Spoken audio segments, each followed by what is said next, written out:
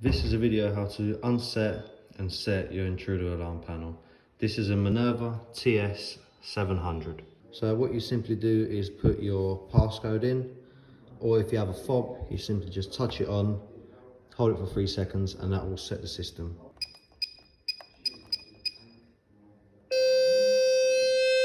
Once you put your passcode in, this is your final exit.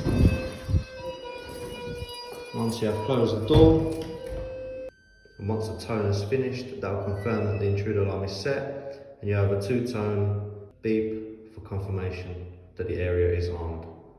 Unarm the system, enter your premises, put your passcode in, and that is it. You won't even have to press enter. As soon as you put your passcode in, it lets you unset the system, and that is your premises unarmed.